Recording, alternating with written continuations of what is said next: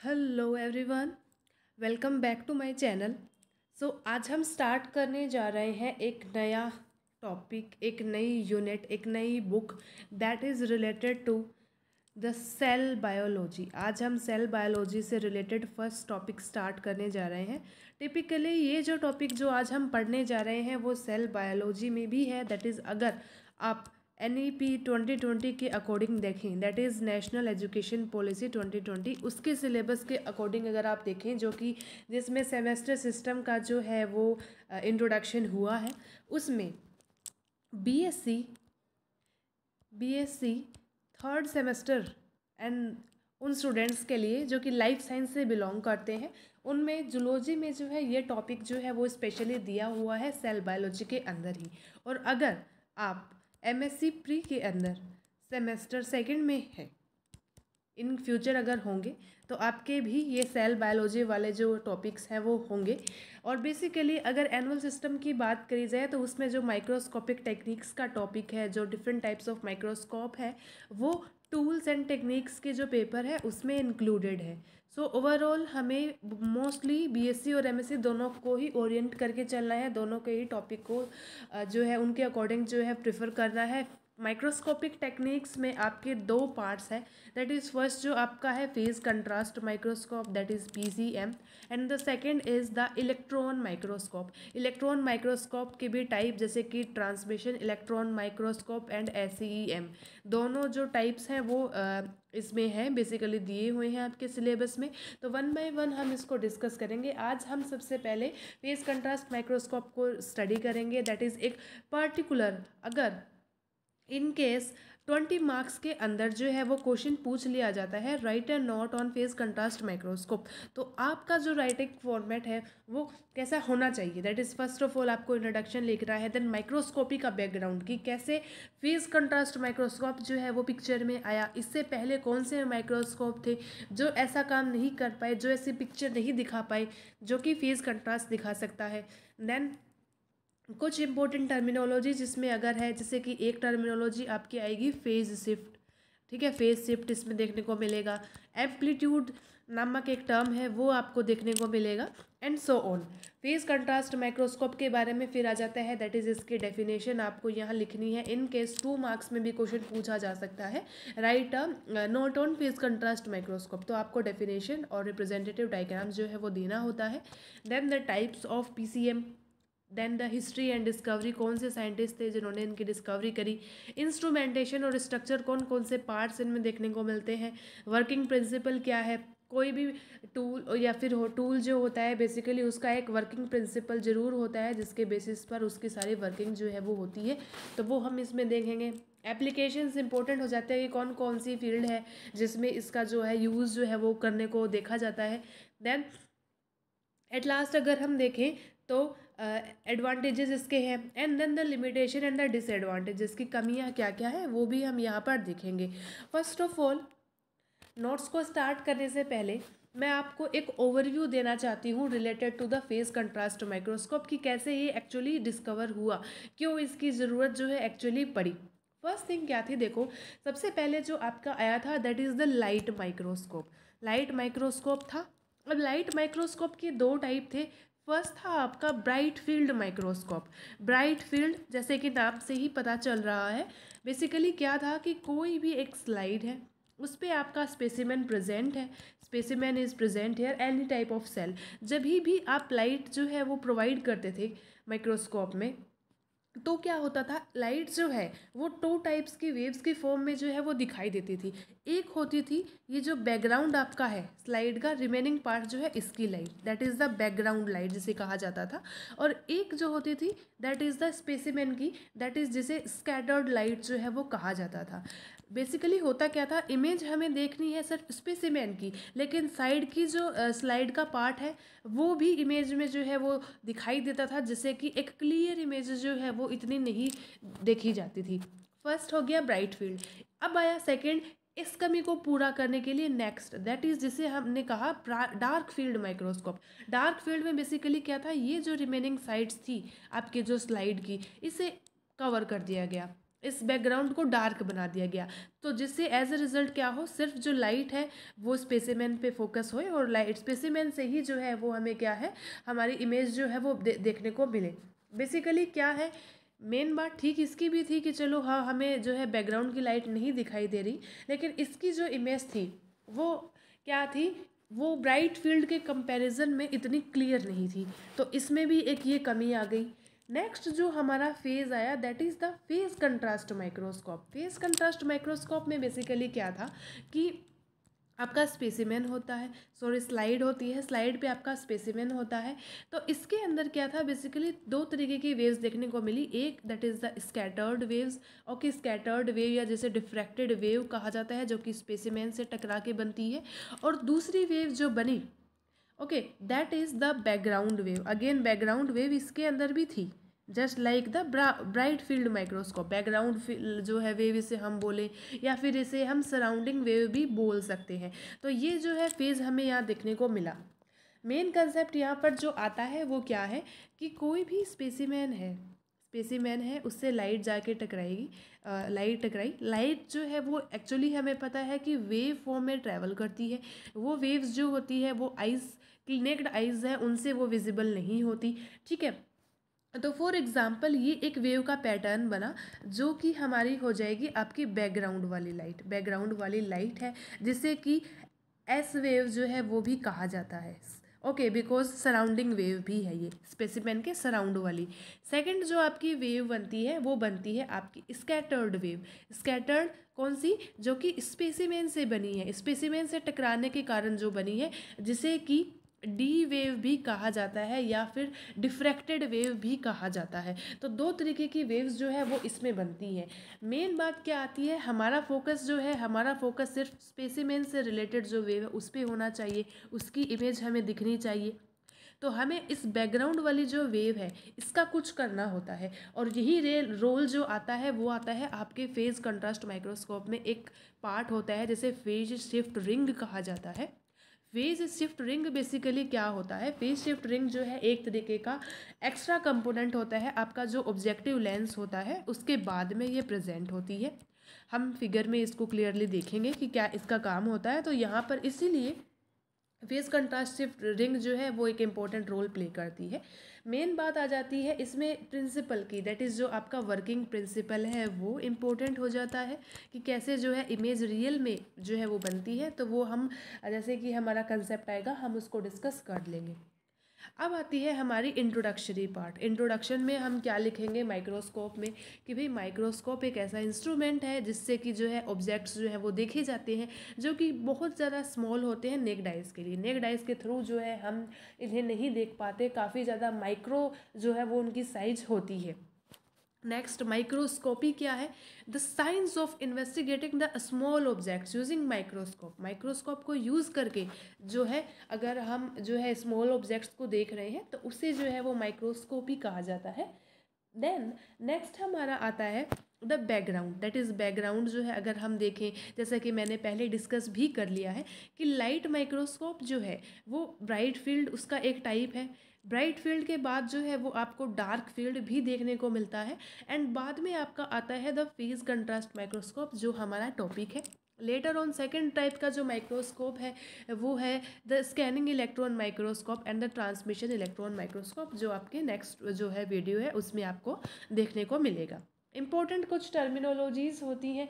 Terminologies जो है सबसे पहले अगर हम देखें रिजोल्यूशन, माइक्रोस्कोप में रिजोल्यूशन नाम का जो टर्म है वो बहुत ज़्यादा इंपॉर्टेंट रोल प्ले करता है। बेसिकली रिजोल्यूशन मतलब कि एबिलिटी, एक एबिलिटी होती है टू डिस्टिंगाइज, क्या डिस्टिंगाइज करने की, two nearby objects, two nearby lying objects. दो ऑब्जेक्ट्स काफ़ी ज़्यादा नियर बाय हैं और उन्हें हमें डिस्टिंगाइज करना है, डिफ्रेंशिएट करना है, उनका पता करना है कि ये एक दूसरे से कैसे अलग है, तो उसे जो है वो रिजोल्यूशन कहा जाता है। फॉर एग्ज़ाम्पल ह्यूमन आई जो है उनका जो रिजोल्यूशन है वो 0.2 mm है, ठीक है। तो वो रिजोल्यूशन उनकी जो है वो प्रॉपर्टी होती है। देन हमारी बात आती है द मैग्नीफिकेशन की। मैग्नीफिकेशन बेसिकली क्या होता है? Magnification is the degree of enlargement, कि कितना एनलार्ज करके हम एक पर्टिकुलर जो है उसको ऑब्जेक्ट को जो है वो देख पाते हैं। So that is the magnification part. इसमें एक और जो कंसेप्ट आता है that is the, for example ये आपकी कोई लाइट वेव है। अब लाइट वेव जो है तो ये क्या होगा, इस वेव से लेके इसके बीच की जो डिस्टेंस है वो होती है आपकी लैम्डा। लैम्डा या फिर वेवलेंथ जिसे हम कहते हैं, ठीक है। Wavelength basically means the distance between the two successive peaks. दो सक्सेसिव पीक के बीच का जो डिस्टेंस होगा उसे वेवलेंथ भी कहा जाता है। नेक्स्ट हमारी आती है द हिस्ट्री। बेसिकली हमें क्या करना होता है, हमें जो है वो क्वेश्चंस जो है वो लार्ज मार्क्स में जो है वो अटेम्प्ट करने होते हैं, 20 मार्क्स में हमें लिखना है। तो उसके लिए जो है बेसिकली क्या होता है कि हमें हिस्ट्री जो है उस फील्ड से रिलेटेड उसका पता होना चाहिए, साइंटिस्ट का नाम हमें पता होना चाहिए। तो फ्रिट्ज जेनिके ने इनके डिस्कवरी की थी 1930s में, और उन्होंने नोबेल प्राइज़ जो है फिज़िक्स में जीता था, जो है वो गेन किया था इन 1953। That is the case here.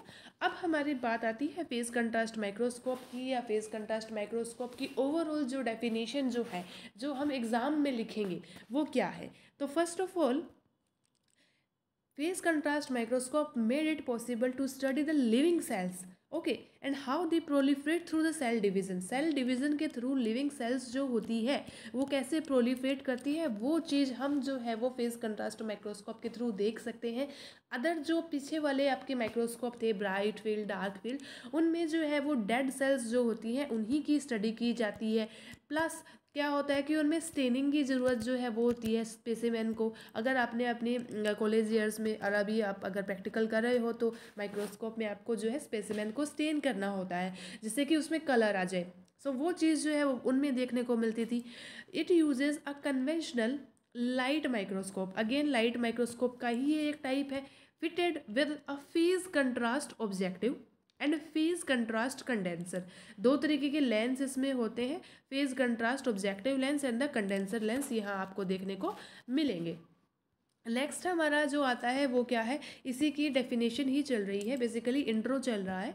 Light passing through one material and into another material of slightly different refractive index और thickness will undergo a change in the phase. तो बेसिकली क्या होता है, स्पेसिमेन जो होता है वो अलग अलग थिकनेस का होता है। कोई स्पेसिमेन जो है वो डेंस नेचर के होते हैं, कुछ स्पेसिमेन जो होते हैं वो बेसिकली लाइट टाइप के होते हैं। तो डेंसर मीडियम उनमें होगा, और लाइट कैटेगरी जो है या ट्रांसपेरेंट नेचर जो है स्पेसिमेन का हो सकता है।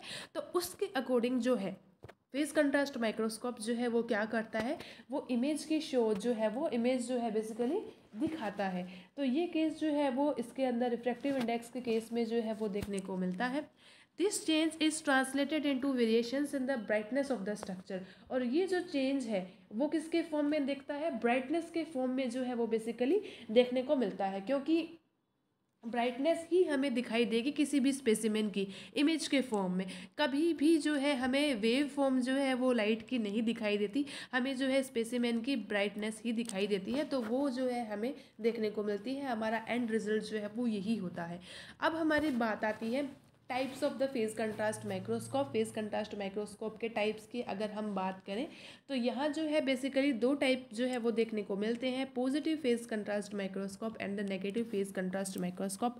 बेसिकली पॉजिटिव में क्या होता है, स्पेसिमेन जो है वो डार्क होता है और बैकग्राउंड जो होता है वो कैसा होता है, वाइट होता है, बैकग्राउंड आपका वाइट होगा। और नेगेटिव में क्या होता है, बेसिकली आपका स्पेसिमेन जो है वो तो ब्राइट होगा और बैकग्राउंड आपका है वो डार्क टाइप का होगा। मेन बात हमारी अब जो आती है ना वो आती है वर्किंग प्रिंसिपल की, that is working principle of face contrast microscope. Working principle की जब हम बात करते हैं तो हमें सबसे पहले क्या देखना है, it is based on the principal that small face changes in the light rays induced by the differences in the thickness of the different parts of an object can be transformed into differences in the brightness और light intensity। Main बात यही है। हम बात करेंगे कि specimen जो होता है, जो कि हम कोई भी टाइप की सेल है या कोई भी चीज़ है जो कि हम स्टडी करने वाले हैं माइक्रोस्कोप में, उसकी थिकनेस के अकॉर्डिंग जो है एक स्पेसिमेन जो होता है वो कम्प्लीटली नहीं है कि उसमें जो है यूनिफॉर्मली कोई भी साइटोप्लाज्म या फिर जो भी मटेरियल्स है वो यूनिफॉर्मली होते हैं। कहीं पे जो है वो ज़्यादा होता है, लेस होता है, कहीं पे जो है वो मोर थिकनेस जो है वो देखने को मिलती है। उसके अकॉर्डिंग जो है लाइट वेव्स आपके स्पेसिमेन पे गिरती हैं और लाइट वेव्स गिरने के बाद में जो है वो आपको रिजल्ट जो है वो देखने को मिलता है, इमेज जो है वो आपको देखने को मिलती है। तो वो चीज़, वो जो कंसेप्ट है यहाँ पे यूज़ में लिया गया है। Then phase changes are not detectable to human eye, जैसे कि हमने बात किया कि फेस चेंजेस आइज़ के थ्रू नहीं देखे जाते, ये जो वेव्स हैं वो आइज़ के थ्रू नहीं देखी जाती। वेयर एज द ब्राइटनेस और the light intensity can be detected by the human eyes, brightness हम जो है वो देख सकते हैं। अब आ जाता है मेन पार्ट, हमारा मेन प्रिंसिपल जो है आपका जो आता है वो आता है the constructive and the destructive interference. Constructive interference, destructive interference क्या है मैं समझा रही हूँ। फर्स्ट देखिए, हमने पीछे बात करी थी दो टाइप की वेव्स की, that is D wave, diffracted wave and the S wave. तो कभी भी कोई भी जो स्पेसिमेन है उससे जो लाइट है वो टकराती है, एक आपकी बैकग्राउंड लाइट होती है, फिर एज अ रिजल्ट क्या होता है कि इमेज जो है उसका फॉर्मेशन होता है, इमेज हमें दिखाई देती है स्पेसिमेन की। तो क्या होता है, for example this is a specimen की लाइट जो टकरा के गई, ये आपकी बैकग्राउंड की लाइट है। अगर ये दोनों लाइट जो है वो क्या होगी, सीक्वेंस में है, ठीक है, और एज अ रिजल्ट इनके रिजल्ट से क्या बनती है, एक मिक्स लाइट है बनती है, एक वेव बनती है जिसे कि पी वेव जो है उसके नाम से जाना जाता है। तो पी वेव जो बेसिकली है वो क्या होती है, वो मिक्सचर होती है डी वेव की प्लस एस वेव की, इन दोनों का मिक्सचर जो है वो यहाँ देखने को मिलता है। तो इस केस में क्या होता है, बेसिकली इस केस को बोला जाता है कंस्ट्रक्टिव इंटरफेरेंस। कंस्ट्रक्टिव इंटरफेरेंस इसको बोला जाता है। दैट इज़ यहाँ पर क्या होगा, एम्पलीट्यूड जो है वेव का वो इंक्रीज़ होता है। एम्पलीट्यूड इंक्रीज़ होने के कारण क्या होगा, इंटेंसिटी जो है वो भी इंक्रीज़ होगी और आपको जो है एक इमेज जो है वो क्लियर दिखेगी। दूसरा जो है केस आता है that is the destructive interference. Destructive interference जो है वो बेसिकली क्या होता है, डिस्ट्रक्टिव इंटरफेरेंस जो है उसमें हमें क्या देखने को मिलता है वो हम डिस्कस करने वाले हैं। उसमें क्या होता है, बेसिकली एक वेव मान लो आपकी ये बैकग्राउंड वेव है और दूसरी आपकी ये स्पेसिमेन वेव है, तो ये थोड़ी डिफरेंट है, ये डिफरेंट है, ये डिफरेंट है। एज अ रिज़ल्ट क्या होगा कि आपकी जो सेम फेज जो है वो नहीं बनने वाला, कुछ अलग ही बन गया। एज अ रिज़ल्ट क्या होगा, हमें क्लियर इमेज जो है वो दिखाई नहीं होगी और क्लियर इमेज नहीं दिखने के कारण जो है वो ये कैंसल आउट हो जाएगी। और मेन हमारा जो रोल यहाँ पर है वो है फेज शिफ्ट का। दैट इज़ हम क्या करते हैं, बेसिकली ये हमारा डिस्ट्रक्टिव इंटरफेरेंस है, एक वेव ये थी, एक वेव ये है। फाइनल जो हमारी पी वेव बनने वाली है, जो बैकग्राउंड वाली है, जिसका हमारा यूज़ नहीं है, उस वेव में बेसिकली क्या होता है कि एक फेज शिफ्ट जो है वो करवाया जाता है by the phase shift ring. Phase shift ring जो है वो फेज के अंदर शिफ्ट लेके आती है। एम जो एक नॉर्मल वेव थी फिर ये शिफ्ट हो गई, तो अब इसकी इमेज जो है वो हमें दिखाई नहीं देगी। इसकी जो इमेज है, एक्स्ट्रा इमेज जो है, कंट्रास्टिंग इमेज है जिसका कोई रोल भी नहीं है, तो वो जो है वो दिखाई नहीं होती। तो बेसिकली फेज शिफ्टिंग क्या करती है, बैकग्राउंड लाइट जो है उसका फेज करती है बाय 90 डिग्री, 90 डिग्री तक उसको शिफ्ट करती है। एज अ रिजल्ट हमें फिर क्या होता है कि क्लियर और एक कंट्रास्ट इमेज जो है वो देखने को मिलती है। स्पेसिमेन की मीडियम की अगर हम बात करें तो कोई भी, जैसे कि बेसिकली क्या होता है कि कोई मीडियम है, कोई स्पेसिमेन है, suppose this is a specimen, here it is a dense medium और इसके सराउंडिंग में जो है वो क्या है, लाइट मीडियम प्रेजेंट है। लाइट मीडियम में क्या होता है, वेव्स जो होती हैं वो फासले ट्रैवल कर जाती हैं, अब्जॉर्ब नहीं होती। और जो डेंसर मीडियम होता है उसमें जो वेव्स है वो धीरे धीरे ट्रैवल करके जाती है। एज अ रिजल्ट क्या होता है, लाइट जो होती है वो यहाँ डेंसर वाले में अब्जॉर्ब हो जाती है। अब्जॉर्ब होने के कारण उनका फेज जो है वो भी काफ़ी स्लो रहता है। तो स्कैटर्ड लाइट जो आपकी होती है वो सैंपल की डेंसिटी के अकॉर्डिंग जो है वो वेरी करती है। उसका जो रोल है वो यहाँ पे यही देखने को मिलता है। Okay, so this is all about the principle. Constructive interference में आपको इमेज दिखेगी, डिस्ट्रक्टिव इंटरफेरेंस में आपको इमेज जो है वो दिखाई नहीं देती। सो या this is a summarized diagram. Summarized diagram है that is related to phase contrast microscope. Light जो है आपने डाली है, ये आपका सैंपल प्रेजेंट है। देन आपकी बैकग्राउंड वेव या जिसे कि एस वेव कहा जाता है वो रिलीज़ होगी। स्कैटर्ड वेव या फिर डी वेव जो कि सैंपल से आई हुई वेव है वो है। पी वेव जो है वो इन दोनों का कॉम्बिनेशन होती है। ओके, S+D का कॉम्बिनेशन होती है। तो ये फेज शिफ्ट रिंग का रोल जो है वो यहाँ देखने को मिलता है। ये बेसिकली क्या करती है, शिफ्ट को इंक्रीज़ कर देती है बाय 90 डिग्री, जिससे कि हमें बैकग्राउंड लाइट जो है वो नज़र नहीं आती। इमेज प्लेन पे हमें ये चीज़ देखने को मिलती है। अब पी वेव के भी टाइप हमने देख लिए, constructive interference okay and destructive interference भी हमने देख लिया है। Okay, so this microscope makes the phase shift changes visible. दो तरीके से देखने को मिलता है। Again as discussed earlier, it reduces the amount of background light reaching the image plane. Background light को कम कर देता है, जिससे कि हमें सिर्फ स्पेसिमेन की लाइट ही विजिबल हो पाती है। And then it create constructive और destructive interference between the scattered and background, shifting the phase again 90 degree, जिससे कि हमें क्लियर इमेज देखने को मिलती है। यही कंसेप्ट जो मैंने आपको डायग्रामेटिकली बताया है। सो ये है मेन फेज कंट्रास्ट माइक्रोस्कोप का प्रिंसिपल, जो कि एक्चुअली आपके एग्जाम में 2 मार्क्स में और 2.5 मार्क्स में जो है वो पूछा जा सकता है। नेक्स्ट हमारा आता है that is the structure of the phase contrast microscope, कि कौन कौन से पार्ट्स इसमें आपको देखने को मिलते हैं। बेसिकली क्या होता है कि 20 मार्क्स के क्वेश्चन में हमें 8 पेजेस ही लिखने होते हैं।